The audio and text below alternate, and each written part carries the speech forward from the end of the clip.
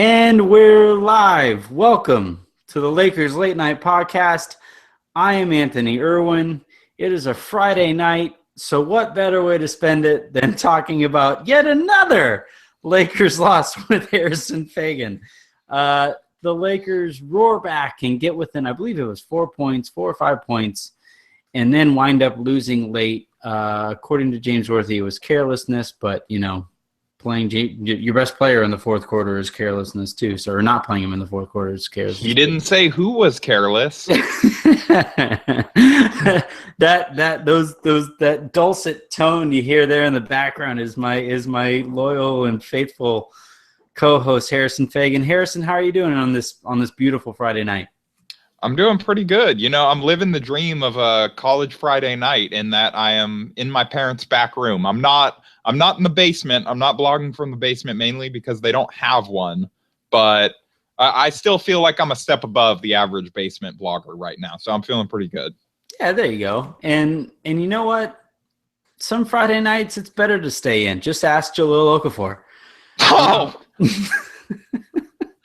oh, that was ruthless. All right, so we'll just jump into it. The point I got to make, all right, so for those of you who don't know, I run Dodgers Nation too. So I was on my way back from the Dodgers Nation office and trying to juggle managing the biggest free agent signing or lack thereof on the Dodgers' hand. Zach Greinke signs in Arizona for the next 6 years.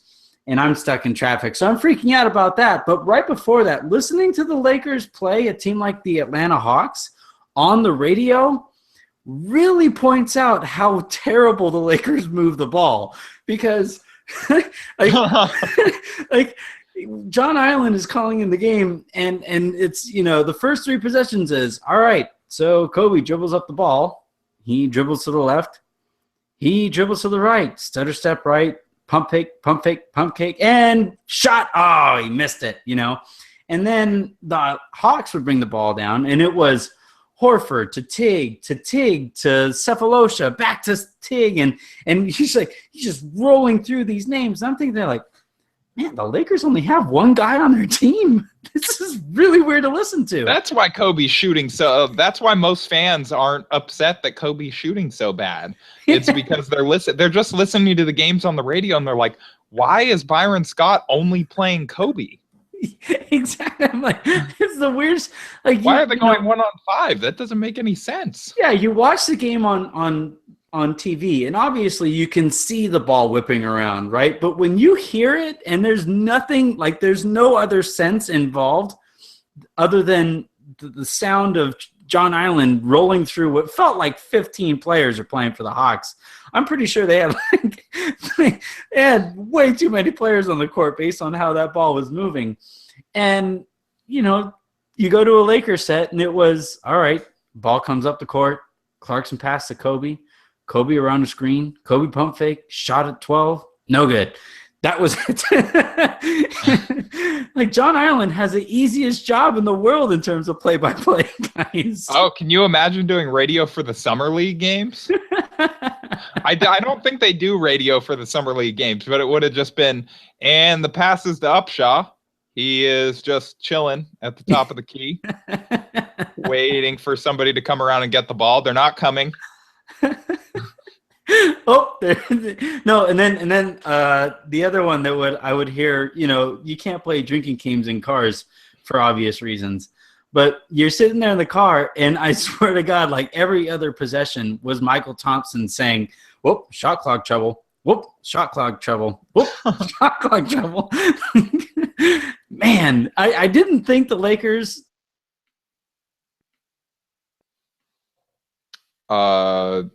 It appears that Anthony's internet has cut out. I'm going to give him a second to pop back online. This is one of the perils of doing this live.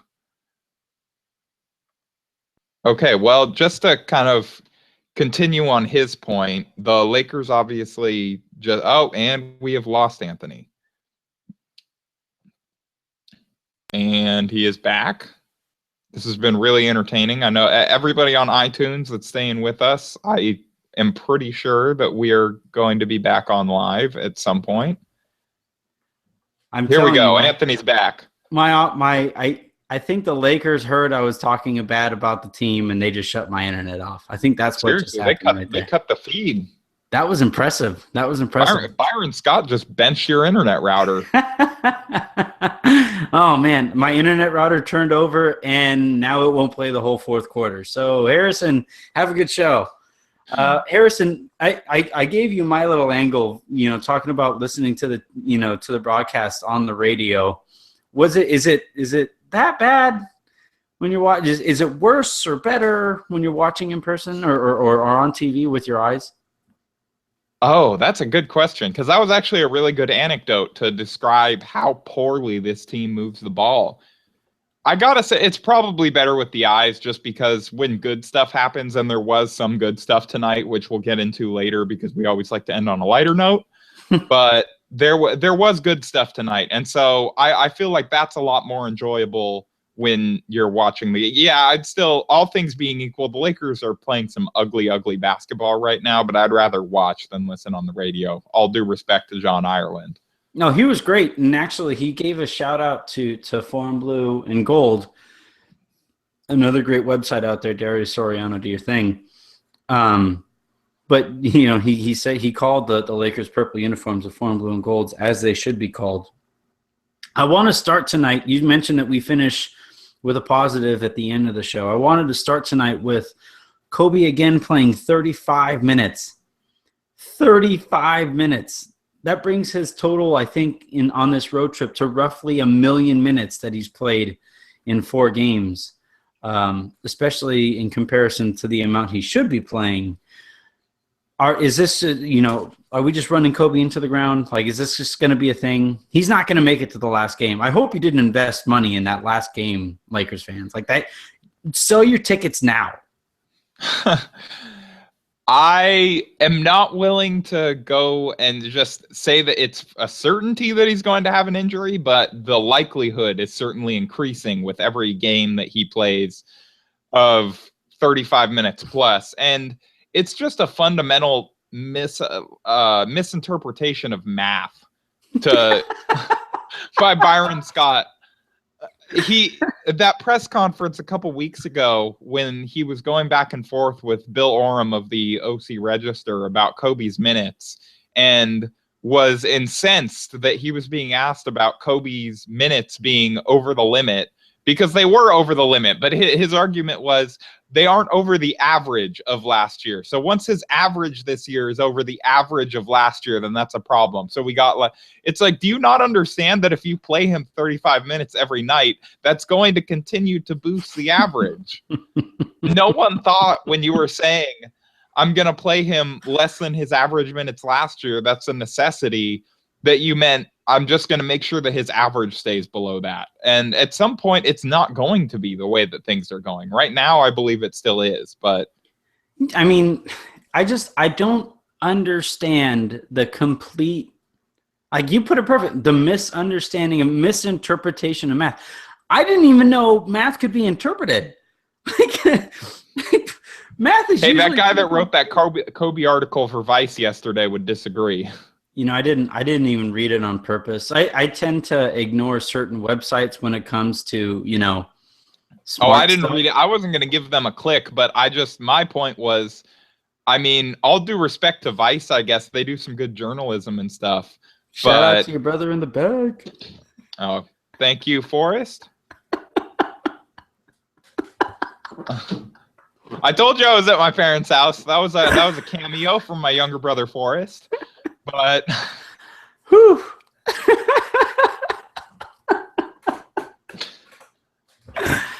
Oh man, so some interviews have strippers walking in the background, some have younger brothers walking in the background. That happens sometimes. I'm fairly certain he was wearing pants. To wrap up the Kobe minutes conversation, I honestly think Byron can literally not. Like I wrote the article for Foreign Blue and Gold the other day, and speculated fairly recklessly that Byron literally cannot say no to Kobe, because if he pisses off Kobe, and Kobe fakes some injury, then that's when Byron loses his job. And I honestly think that when Kobe says, hey, I want to play right now, Byron has no choice to say, you're the boss, because he refuses. I don't know that he wants another choice. That's not how it doesn't come off to me like he wants another choice. Maybe he's just saying these pro Kobe things over and over and over again and sounding like Kobe, the biggest acolyte in the Kobe cult in every press conference, seemingly, because he feels the need to please Kobe, but it doesn't come off to me like that. I think that he honestly believes most of this stuff. Or because it's like when your friend is doing something bad, and they are friends, you always want to see the positive. You always want to try and paint it in a positive light. I know, at least for me, and I think you wrote about that in your article as well. You have that one friend that you're always making excuses for. And right now for Lakers fans, or the last couple of years, that's been Kobe. And it sounds like most of the fans are kind of done making excuses for him. I don't think Byron is. I think Byron still believes it's really an issue of once he gets his rhythm back, once he does this, oh, he played well against the Wizards last night, so he's back. That kind of stuff. And I think he honestly believes it. I don't know that he wants another choice to bench Kobe. I don't know that he wants to bench Kobe. I don't think he would ever bench Kobe under any circumstance. And we'll kind of talk about this later when we're talking about fourth quarter minutes. But I can't think of a better or of a different way to put this, but I honestly don't know that it's possible for somebody to be so asininely disconnected from logic. Speaking of asininely disconnected from logic, Byron Scott just commented after the game about Kobe's minutes. He must be, I don't know if they're listening to they said we simulcast the podcast to Atlanta. I don't know if they're like watching it while they question him or whatever, but one of the reporters just asked him about Kobe's minutes, and Byron also, and according to Mark Medina, Byron also said he plans to keep Kobe's minutes the same. So, what is there even to be said at this point? Honestly, I don't think we need to say anything more about it. At least tonight, we were talking about this, and then Byron gave us our answer. it's crazy to me that you know what? I'm doing the right thing here. This guy has played. I think Kobe over the last 2 seasons, not including this season, in the 2 seasons leading to this one, I believe he played 50 games total of the available 160. It's something like that over the last 3 years. Yeah, it's just it's around there. I did the math for something the other day, but I don't know it off the top of my head. Let me. And now, I guess in this sense, it kind of helps, that Kobe is so physically hamstrung that he can't go by anybody and get to the rim. So you're not necessarily worried about, him going to the rim and getting that kind of contact. All Kobe's doing is going out there and playing, old drunk uncle minutes where he just goes, oh, let me tell you how this is done in my age, son. And it just doesn't work out very well. That was a great Kobe impression. A+.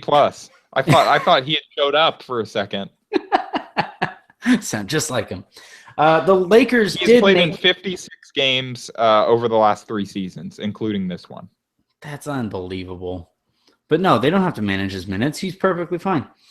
The Lakers did manage to come back into this game. It was one of those classic, like Phil Jackson would always say, back when we expected the Lakers to win, that they would crawl back into a game, but you would exert so much energy crawling back into it that you never really had enough to get over the top. The Lakers pulled to within 4. What did you see out there on the court that helped them get back into the game? It honestly, to me, looked like Russell was playing a lot better tonight. He just kind of took over at the beginning of that fourth, and in the third a little bit, and he was just he was staying relentless on the boards. He actually ended up with 10 rebounds tonight. He had a couple offensive ones, so even when he was missing shots, there were a couple times he was able to pull it back down. I thought that Larry Nance Jr. helped a bit. Lou Williams was really hot tonight, which is one of the reasons why, at least, it's still stupid that Jordan Clarkson got benched for the entire fourth quarter, but at least Lou Williams wasn't playing so horrible tonight as for it to be an irredeemable decision. At least tonight, it's like, okay, he's rewarding his vets. This is kind of just what he's going to do, or that he being Byron in this case. And at least in this case, Williams you can argue that Williams deserved it. Yeah, I like it's getting to that point though, where in order for Clarkson and Russell to develop fully, you almost have to hope that Williams and Nick Young get moved, right? Like that's the only if those guys aren't back there to go to in the late minutes, that's the only way that I believe Clarkson and Russell will play together down the stretch of a close game. And that's unfortunate because Lou Williams, if the Lakers do manage to turn it around, Lou Williams is under a really good contract. So if the Lakers become a good team and you need a scorer off the bench, hey, the Lakers, they have one on the roster right now. The entire team has been so poorly managed, though, that you have to move that guy if you want the two young guards to develop together. Exactly, and that's the sad thing about it is when the Lakers acquired Williams this summer, I thought it was a really good contract. I thought he was a good fit with those two guys, but the one problem that I kind of stupidly didn't foresee after the Ronnie Price debacle last year was that Byron Scott loves him some veterans, and he was going to play Lou Williams in key minutes over Clarkson and Russell. It wasn't going to be one of those things where Russell was the first guard off the bench. He could interchange with Clarkson and Russell so that Byron could stagger their minutes a little bit better. He is instead replacing one of them down the stretch, and it's not great. Now, I usually try to maintain eye contact. I literally can't. So usually I have I record my show in the bedroom / office, whatever we want to call it. Right now I'm recording. Those are two very different things. I don't know what you want to call it. Depending on your profession. Oh. But no, but I'm recording right now in the living room because Jen is not home. And I'm looking at the TV, and Julius Randle is on the TV. He looks just devastated. I couldn't see, I couldn't hear obviously what he was saying. His head is down, and his eyes are like pinkish or whatever. And this can't be good for the development to be so effing bad. Well, one thing that we've seen with Julius is that a lot like D'Angelo Russell, and I guess this is probably similar with most young guys across the league, is they do not handle losing well. This is their first time ever being on a bad basketball team in their entire lives. Mm-hmm. They've been superstars, and they've lost because not all of these guys go undefeated on their route to the NBA. They've dealt with heartbreak before. Randall lost in the national championship, and they lost his year, right? Yeah. He was playing on a broken foot, I think, too. But he got them there. It was one of the better runs in. Yeah, he was unbelievable. I remember watching bits and pieces of it. But Randall and Russell, both of them, and I think Jahlil Okafor too. You hear this from the Sixers locker room after all of their stuff. They just haven't dealt with this level of losing before, and they don't take it well. And I think that's one thing these teams that are tanking to get guys like that are overlooking completely is the kind of shell shock that occurs with this amount of losing. But do you really think that is going to have a permanent bad effect on them, that specific aspect of it? Because I know that when I was 19, I went through times when, losses and things that I didn't like, and I don't think that it permanently scarred me. I think that, and especially over something as trivial as a basketball game that you're getting paid. I wouldn't say it permanently scarred. Like that's as extreme as it gets. But I do think to a certain extent, like, it might hinder the development, just, like the immediate development just a little bit. When you lose, when you do something repeatedly, you are developing habits, right? So when you lose, the habit thing is the issue so go ahead. But yeah, so like when you lose and you do something repeatedly, you are now developing losing habits. And the other thing, like if I'm either Jordan Clarkson or D'Angelo Russell, and I'm looking over at the other guard, and I'm saying my coach is such a dumb guy that I will not be able to play in the fourth quarter unless I outplay that guy. Does that make me want to play for the other guy? Probably not, right? Because no matter what, either Jordan Clarkson or D'Angelo Russell is going to get benched for Nick Young and Lou Williams. And hey, save this video because that last like 5 second, those last words of those guys getting benched for that guy is laughable. But if I'm either of those guys and I want to play in the fourth quarter, I'm going to say, you know what? It's me against you to play in the fourth. That is not healthy. That can't be healthy for that development. It isn't if they do start to treat it as direct competition with each other. But as of right now, it really seems like they see each other as brothers in arms throughout this struggle, and that could change as the season goes on. But by all accounts, they're really good friends. Oh no, I'm not saying it's a matter of like those guys not liking each other. It's more of a subconscious thing that, like, remember the other show when the Lakers beat the Wizards, right? That there were thoughts creeping into my head that I didn't want to have because I don't like thinking like that. And if that's the subconscious. That's thinking without thinking. And if these guys are competing for those fourth quarter minutes, inherently there might be some of that subconscious thinking.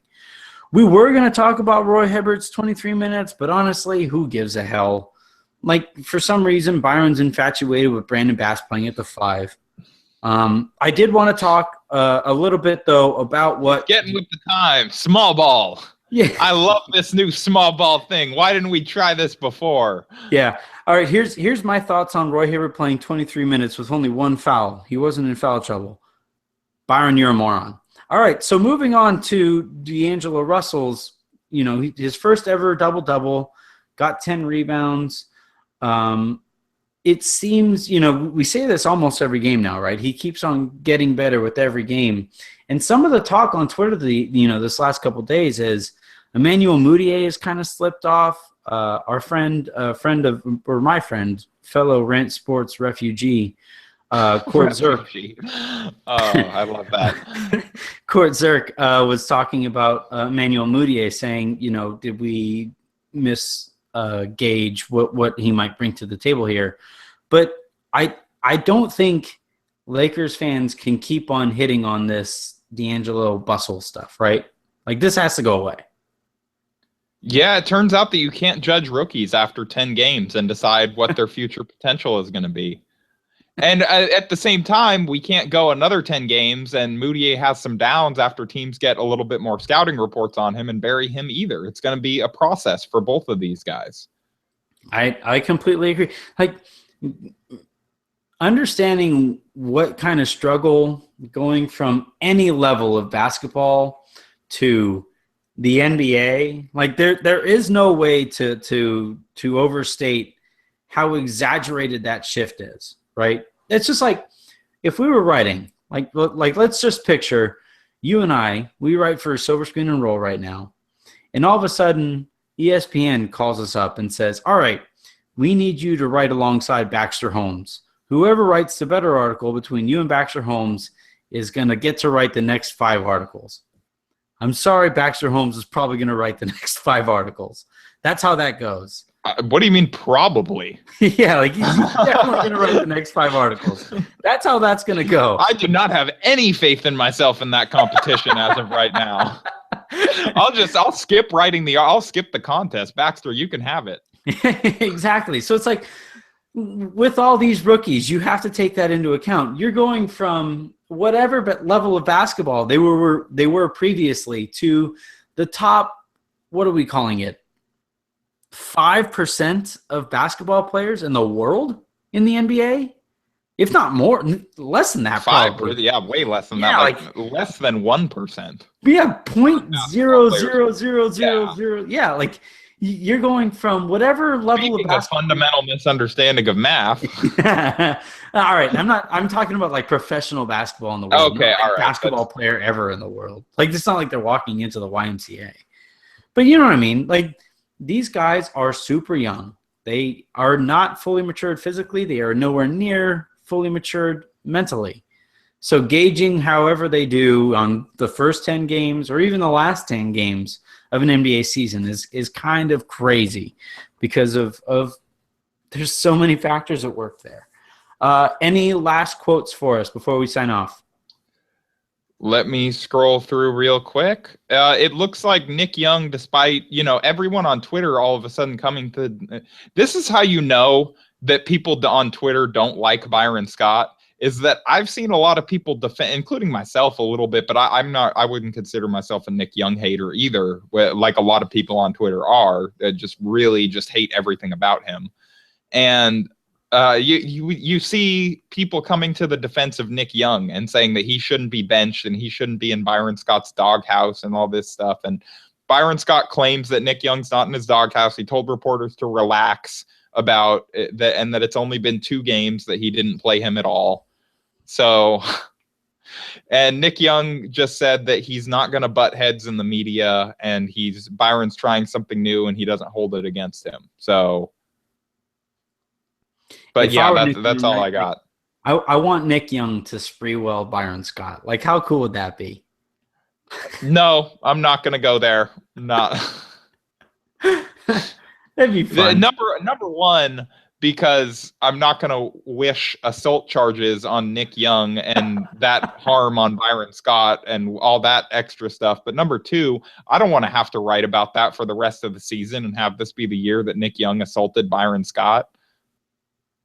I welcome it. All right. Well, we're getting fired. All right, guys. This is Anthony Irwin signing off for the rest of the season. I just signing off. We're lucky Drew didn't cut the feed again. Yeah, Drew didn't cut the feed the first time. Everybody who were reading it into that's where. All right, never mind. But yeah, anyway, that's where you draw the line. Yeah, that's where I say that. After saying that, oh man, why do I do this? Nah, I have no idea. All right, well, on those questions right there, I am Anthony Irwin.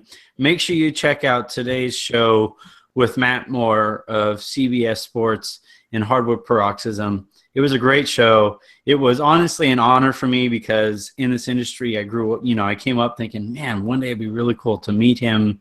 That's as close as I might ever come to meeting him. So getting to talk to him about basketball is really, really cool.